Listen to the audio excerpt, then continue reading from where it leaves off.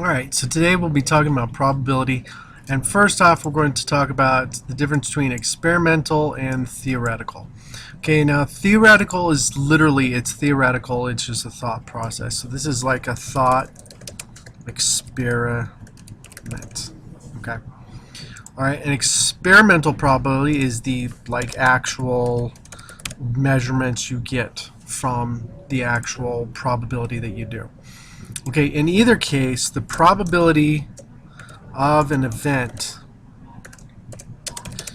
okay, is going to be equal to the number of times E, or event E occurs, okay, and that's going to be divided by the total number of observations or possible outcomes. I would say possible. Okay. All right, and you're literally just going to divide the two. Okay, so when you're looking at this stuff, for actual, it's going to be the total number of observations. So in other words, if you observe, like, if you flip a coin 100 times, 100 is going to be on the bottom. Okay. Now, if you're talking about theoretical with coin flipping, the possible outcomes would be 2. Okay, so you have to be careful about whether you're working with experimental or theoretical with this type of stuff, and to know, okay, is it the total amount?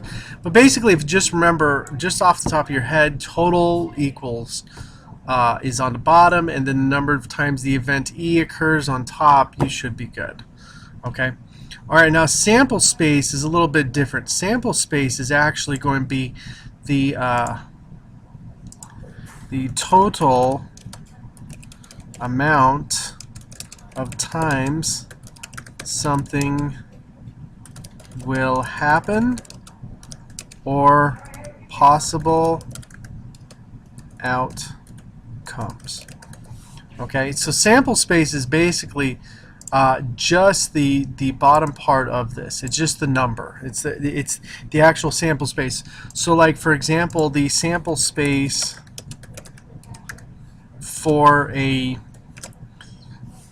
throw of dice would be, you could get a 1, a 2, a 3, a 4, a 5, or a 6, and that would be your sample space. Okay, so that's just one die, and yes, one dice is called one die. Okay, and it would just be set up like that. All right.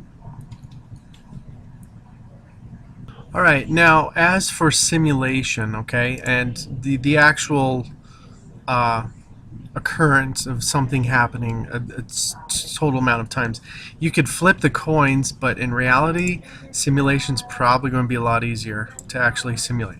So simulate is just a model of simulated events. Okay, and so in this case, we'll simulate the coin toss and just see how close it is. Okay, so now here's what you can actually do, is you can actually use your, if you're using a TI calculator, you can go rand int, and then you put in the lowest number, then the highest number, and then how many times to get a number. Okay, and you put that into it. I personally love this website called StatTrek, and I will give you the website here so you can actually go ahead and use it.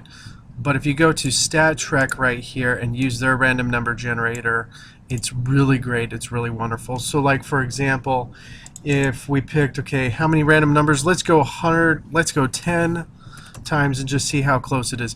So if we're rolling dice, each one of these should actually approach the theoretical probability of 1 out of 6. Okay, so the minimum value we'll put as a 1, maximum value is a 6. Okay, and we'll actually calculate it. And we end up with, oh, come on. All right. clicking on some stuff. There we go. Just trying to copy and paste this bad boy over. Okay. All right, and so if we test that out 10 times, 10 throws of the theoretical device, or of the experimental dice, is going to actually find that we get at least each number once and some numbers twice. Okay. Now, if we did this enough times, this should actually be a lot bigger. So, for example, if we did this about, let's say, 20 times,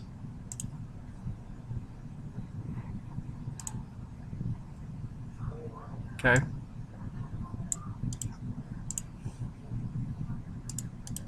Let's put it in. Voila. As you can see, we get 6 quite a bit, and we get 1 a couple of times, but at least repeating each number once. And the more and more times you do simulation, the more and more easier it will be to actually calculate. Okay, now some equal likely outcomes. Now, for example, equally likely outcomes are going to be when each number or each sample space item has an equally likely chance of happening. So, like, for example, like I was saying earlier, right down here, each one of these actually has an equally likely chance, because if it's a fair dice, it should be. Okay, each of these have a 1 out of 6 chance. So the probability of getting a number when rolling dice would equal 1 divided by 6, because there's 6 possible outcomes and there's 1 of each number right there. Okay.